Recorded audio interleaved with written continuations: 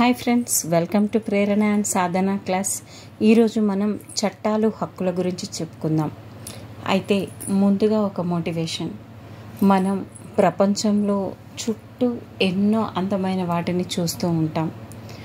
అవి ఎలా అంటే పక్షులన్నీ ఒకే రకంగా ఒకే వరుస క్రమంలో వెళ్తూ ఉంటాయి.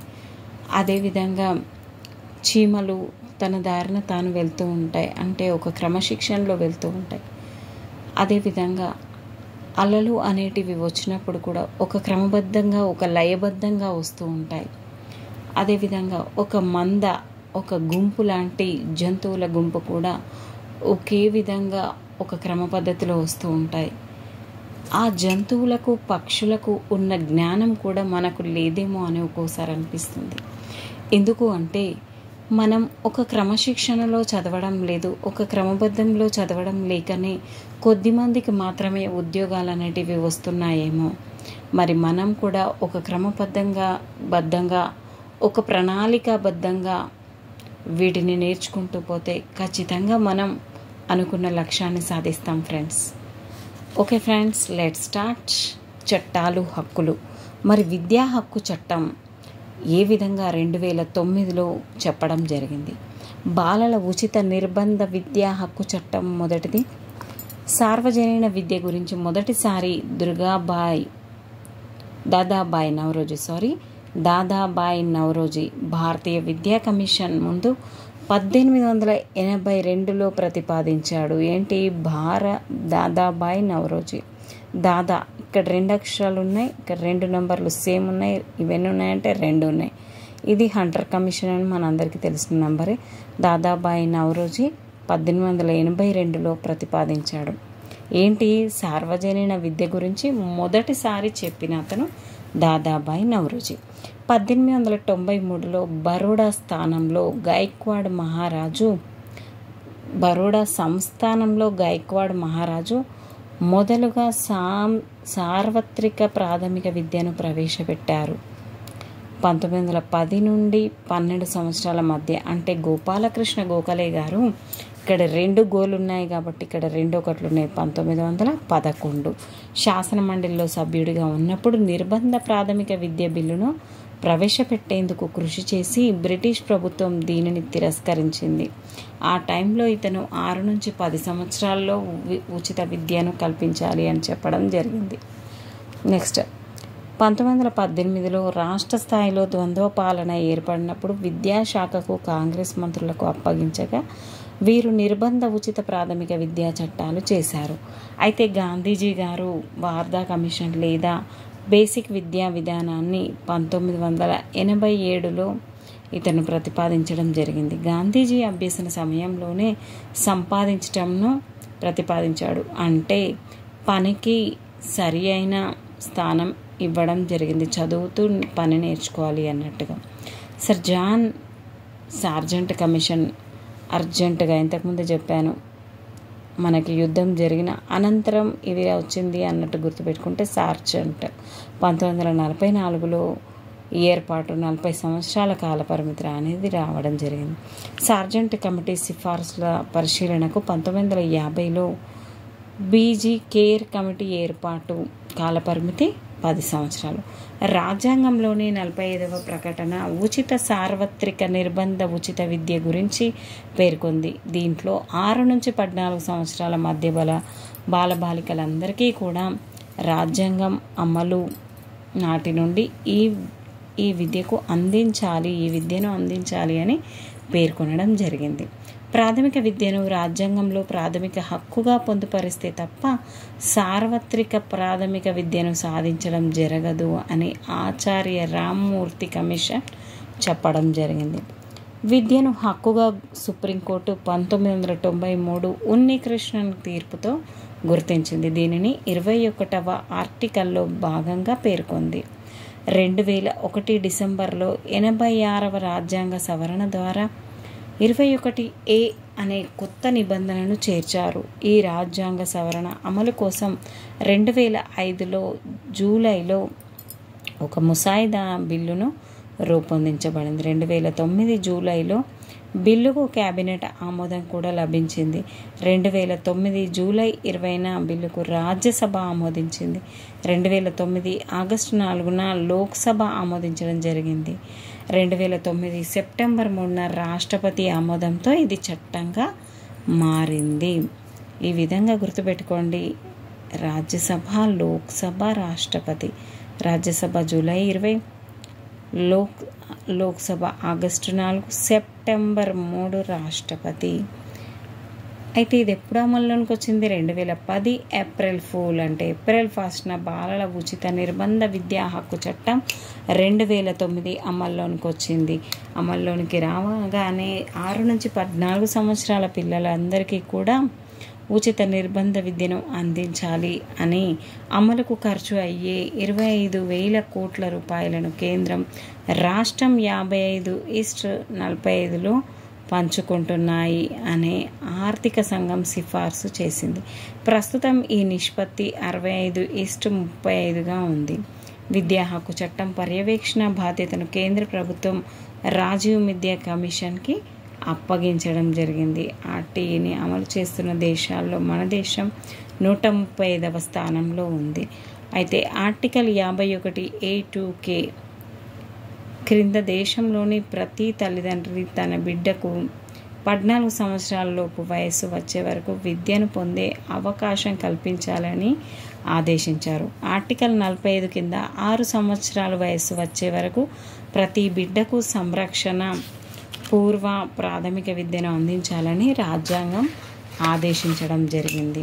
విద్యా హక్కు చట్టం 2009లోని అంశాలు భారత రాజ్యాంగంలోని ఆర్టికల్స్ 29, 30 నియమాలకు లోబడి ఉంటాయి. అదేవిధంగా ఈ విద్యా హక్కు చట్టం 2009లో ప్రవేశికతో పాటు మొత్తం 7 చాప్టర్లు ఒక అనుబంధం ఉంది. 7 చాప్టర్లు ఒక అనుబంధం ఉంది. చాప్టర్ 1 మరి విద్యా హక్కు చట్టం 2009 దీని నిర్వచనాలు ఏంటో చెప్పడం జరిగింది.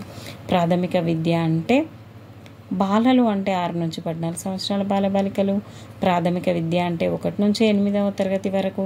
సంబంధిత ప్రభుత్వం అంటే కేంద్ర ప్రభుత్వం కానీ లేదా రాష్ట్ర ప్రభుత్వం కానీ. స్థానిక ప్రభుత్వం అంటే నగరపాలక సంస్థ, పురపాలక సంస్థ, జిల్లా పరిషత్, గ్రామ పంచాయతీ చట్ట ప్రకారం ఈ పరిధిలో స్థానిక ప్రభుత్వంగా పనిచేయడానికి అధికారం పొందిన సంస్థలు. ప్రతికూల పరిస్థితుల్లో ఉన్న బృందాలకు చెందిన బాలలు అంటే షెడ్యూల్ కులాలు, షెడ్యూల్ తెగలు, సామాజిక పరంగా, విద్యాపరంగా వెనుకబడిన వర్గం, సంబంధిత ప్రకటన ద్వారా పేర్కొన్న ప్రాంతాల బాలలు. ఈ విధంగా బడుగు బలహీన వర్గాలకు చెందిన బాలలు అంటే తక్కువ వార్షిక ఆదాయం గల తల్లిదండ్రులు సంరక్షకులుగా చెందిన బాలలు. బాలల హక్కుల సంరక్షణ కమిషన్ అంటే బాలల హక్కుల సంరక్షణకు కమిషన్ల చట్టం 2005లోని సెక్షన్ 3 ప్రకారం ఏర్పాటు చేసుకొని కమిషన్లు కేంద్ర స్థాయిలో బాలల హక్కుల సంరక్షణకు జాతీయ కమిషన్, రాష్ట్ర స్థాయిలో బాలల హక్కుల సంరక్షణ కోసం రాష్ట్ర కమిషన్. క్యాపిటేషన్ రుసుము అంటే ప్రకటించిన రుసుము కాకుండా ఇతర రూపంలో వచ్చే చందా, విరాళం చెల్లింపులు అనేటివి ఉంటాయి. బడి అంటే ప్రభుత్వ నియంత్రణలో ఉన్న బడి, ఎయిడెడ్ పాఠశాలలు, అన్ఎయిడెడ్ పాఠశాలలు, ప్రత్యేక వర్గీకరణకు చెందిన బడి, కేంద్రీయ విద్యాలయాలు, నవోదయ మరియు సైనిక విద్యాలయాలు. చాప్టర్ 2లో మరి ఉచిత నిర్బంధ విద్యకు గురించి ఉంది. దీని గురించి మీకు అందరికీ ఇప్పటివరకు వివరించడం జరిగింది. చాప్టర్ 3 సంబంధిత ప్రభుత్వం, స్థానిక ప్రభుత్వం, తల్లిదండ్రుల బాధ్యతలు. వీళ్ళ బాధ్యతలు ఏ విధంగా ఉంటాయి? దీని గురించి మనకి చట్ట అమలుకు నిధుల వాటా కేంద్ర రాష్ట్ర ప్రభుత్వాలకు 65:35 ఉంది.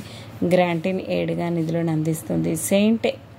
సెక్షన్ 29 ప్రకారం అకాడమిక్ అథారిటీ సహాయంతో జాతీయ పాఠ్య ప్రణాళిక చట్టాన్ని తయారు చేయడం, టీచర్ల శిక్షణ, ప్రామాణికాల రూపకల్పన అమలు బాధ్యత కేంద్ర ప్రభుత్వానికి అనేది ఉంది. సంబంధిత ప్రభుత్వ బాధ్యతలు ఏ విధంగా అయితే ప్రభుత్వాలు ఉన్నాయో వాటన్నిటికీ స్థానిక ప్రభుత్వ బాధ్యతలు ఏంటి మరి? చాప్టర్ 4 బడులు, టీచర్ల బాధ్యతలు. బడి మరియు టీచర్ యొక్క బాధ్యతలు ఏ విధంగా ఉంటాయి. ప్రవేశ పరీక్ష నిషేధం. మొదటిసారి తప్పుకు 25,000, తర్వాతసారి తప్పుకు 50,000 విధించడం జరుగుతుంది. ఎస్సీ ఎస్టీ బీసీలకు చెందిన బాలలు 1వ తరగతి విద్యార్థుల సంఖ్యలో 25% ఇచ్చి ప్రాథమిక విద్యను పూర్తి చేసే వరకు ఉచిత నిర్బంధ విద్యను అందజేయాలి. క్యాపిటేషన్ రుసుము వసూలు చేసేవారికి 10 రెట్ల వరకు జరిమానా విధిస్తారు. వయసుకు ఏర్పాటు లేని కారణంతో ప్రవేశాన్ని తిరస్కరించకూడదు. ప్రవేశం పొందిన విద్యార్థిని తరగతిలోని మళ్ళీ అదే తరగతిలో కొనసాగించకూడదు, మధ్యలో తీసేయకూడదు. ఈ విధమైన రూల్స్ అన్నీ ఉన్నాయి ఫ్రెండ్స్. గుర్తింపు లేకుండా గుర్తింపు రద్దయిన తర్వాత బడి నడిపితే ₹1,00,000 జరిమానా. ఒకవేళ ఉల్లంఘన ఇంకా కొనసాగినట్లయితే ప్రతిరోజు 10,000 జరిమానా విధించడం అనేది జరుగుతుంది. చట్టం అమలు నాటి నుండి 3 సంవత్సరాల్లోగా ప్రతి పాఠశాల ప్రభుత్వ గుర్తింపు పొందాలి. బడి యాజమాన్య సంఘం ఏర్పాటు చేయాలి. దీనిలో 50% మహిళా సభ్యులు ఉండాలి. ప్రజాప్రతినిధులు, తల్లిదండ్రులు, ఉపాధ్యాయులు ఈ విధంగా ఉండడం జరుగుతుంది. కేంద్ర ప్రభుత్వ ప్రకటన ద్వారా అధీకృతం చేసిన అకాడమిక్ సంస్థ నిర్ధారించిన అర్హత ప్రకారం ఉపాధ్యాయుల నియామకం జరగాలి. ఉపాధ్యాయ ఖాళీల సంఖ్య 10%కి మించరాదు. ఖాళీల సంఖ్య అనేది 10%కి మించరాదు. ఈ విధంగా నెక్స్ట్, ఏ టీచర్ కూడా ప్రైవేటు ట్యూషన్లు, ప్రైవేటు బోధన అనేది చేయరాదు. చాప్టర్ 5 పాఠ్య ప్రణాళిక. ప్రాథమిక విద్యను పూర్తి చేయటం. సంబంధిత ప్రణాళిక ప్రకటన ద్వారా అధీకృతం చేసిన అకాడమిక్ సంస్థ ప్రాథమిక విద్యకు పాఠ్య ప్రణాళిక మూల్యాంకన విధానాన్ని నిర్ధారిస్తుంది. ఈ విధంగా చాప్టర్ 6 బాలల హక్కుల సంరక్షణ ఏ విధంగా ఉండాలి. 2005లోని సెక్షన్ 3 ప్రకారం కేంద్ర స్థాయిలో 15 మంది సభ్యులను మించకుండా జాతీయ బాలల హక్కుల సంరక్షణకు కమిషన్ను కేంద్ర ప్రభుత్వం నియమించాలి. రాష్ట్ర స్థాయిలో 15 మంది సభ్యులకు మించకుండా రాష్ట్ర బాలల హక్కుల సంరక్షణకు కమిషన్ రాష్ట్ర ప్రభుత్వం నియమించాలి. ఈ విధంగా చాప్టర్ 7 వివిధ అంశాలు ఏమున్నాయి మరి. ఈ చట్టం కింద కేంద్ర ప్రభుత్వం చేసే ప్రతి నియమాన్ని సెక్షన్ 20-23 ప్రకారం జారీ చేసిన ప్రకటనలో పార్లమెంటు ఉభయ సభలు సమావేశంలో ఉన్నప్పుడు ప్రవేశపెట్టి 30 రోజుల పాటు ఉంచాలి. ఉభయ సభల అంగీకారంతో మాత్రమే అవి సందర్భాన్ని బట్టి అమల్లోనికి వస్తాయి. ఈ విధంగా ఈ చట్టం ప్రకారం రాష్ట్ర ప్రభుత్వం చేసే ప్రతి నియమాన్ని, ప్రకటనను రాష్ట్ర సభల ముందుంచాలి. విద్యా హక్కు చట్టం 2009 ప్రకారం బడి నియమాలు, ప్రామాణికలు. 1వ తరగతి నుంచి 5వ తరగతి టీచర్లు 60 వరకు ఉంటే, ఒకవేళ 60 వరకు విద్యార్థులు ఉంటే 2, 61 నుంచి 90 ఉంటే 3, 91 నుంచి 120 ఉంటే 4, 121 నుంచి 200 ఉంటే 5. అయితే 150కి మించితే 5+1 HM కూడా ఉంటారు.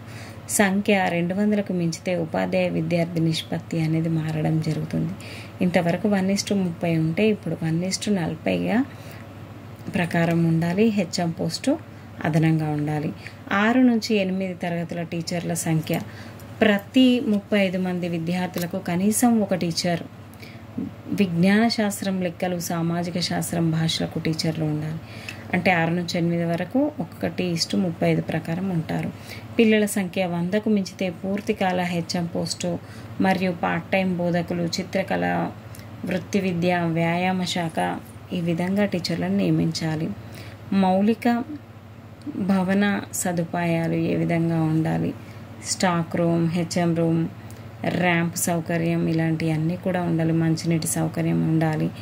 MDM వంటగది ఉండాలి. ఆట స్థలం, ప్రహారీ గోడ ఈ విధంగా అన్నీ కూడా సమకూర్చాలి ఫ్రెండ్స్. ఆడ మగ పిల్లలకు వేరువేరుగా మరుగుదొడ్లు అనేటివి కూడా ఉండాలి. టీచర్లకు వారానికి సగటున పని గంటలు ఎంత ఉంటుందంటే 45 గంటలు కేటాయించాలి. TLM తయారీకి అదనపు గంటలు అనేది ఉండాలి.